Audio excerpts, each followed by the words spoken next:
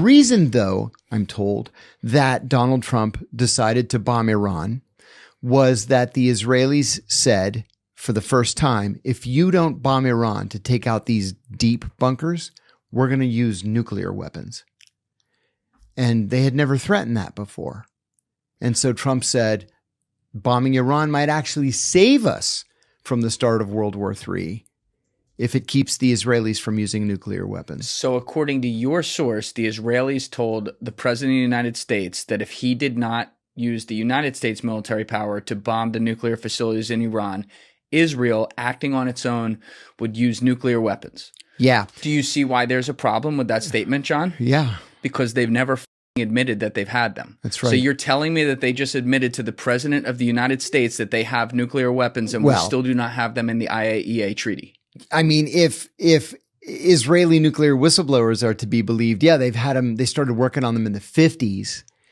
They got them around the late 60s or the early 70s. Look at Mordechai Vanunu. Mm-hmm. You know, he wasn't charged for treason for nothing. That's the guy who they hid in Rome with the honeypot? Yeah. Yeah, 86. A new tale of international intrigue is coming to light. This one about film producer Arnon Milchan. His double life was a not so closely held secret for decades. In a recent interview for an Israeli documentary, Milchan confirmed what had been rumored for years. He was working for Israel's top spy agency all along. Mayor Doron spent months interviewing Arnon Milchan for a book he co-wrote 2 years ago about the producer's secret life. He basically told us about secretive operations that he did for the state of Israel, especially in order to get material, information, equipment for the Israeli nuclear program. In 2000, Milchan told 60 Minutes how he used dozens of his companies around the world to facilitate sales of hundreds of millions of dollars of missiles and other weapons to Israel. And he flat out denied working for the Israeli government. Was I a spy? No, I was not a spy. Milchan now says he was integral to developing Israel's nuclear program. One thing I regret is not paying enough attention to the image of me I created. Do you know to what extent I've risked my life for the country time and time again? And in Hollywood, they keep on saying arms dealer after more than 150 films. Them. I did it for my country and I'm proud of it.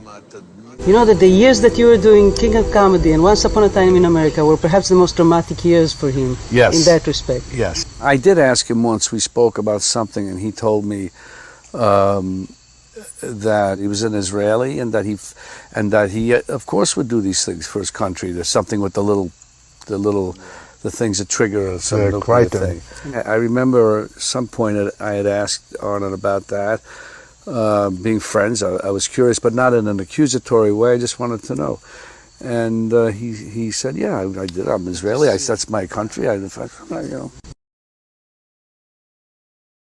Israel basically built all their centrifuges to enrich uranium based on information that Milchan collected for them. So this information that the Israeli government used to build these nuclear centrifuges was obtained from his spying?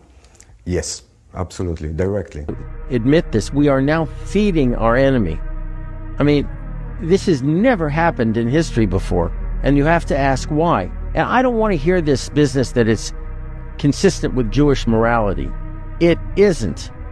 Anybody saying that doesn't know anything about Jewish morality at all. Oh, let me bring you back to October 1973, during the Yom Kippur War, when Henry Kissinger instituted an arms embargo against us. And what happened? What happened was an A-4 Skyhawk was parked at Tel Nof Air Base with some interesting weapons under its wings. And we told the Americans, take your eye in the sky and take a good look at the airplane that's on that runway. And the next day, the airlift started to Israel, the arms air. So in other words, we threatened their... We threatened to use unconventional weapons. I'll leave it at that.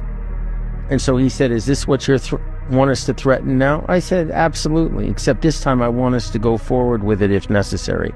If they think we're bluffing, we go forward with it. Look, as far as I'm concerned, when we are faced with an existential threat, we have the right to use any and all weapons in our disposal to eliminate that existential threat. A lot of people don't know anything about nuclear weapons at all.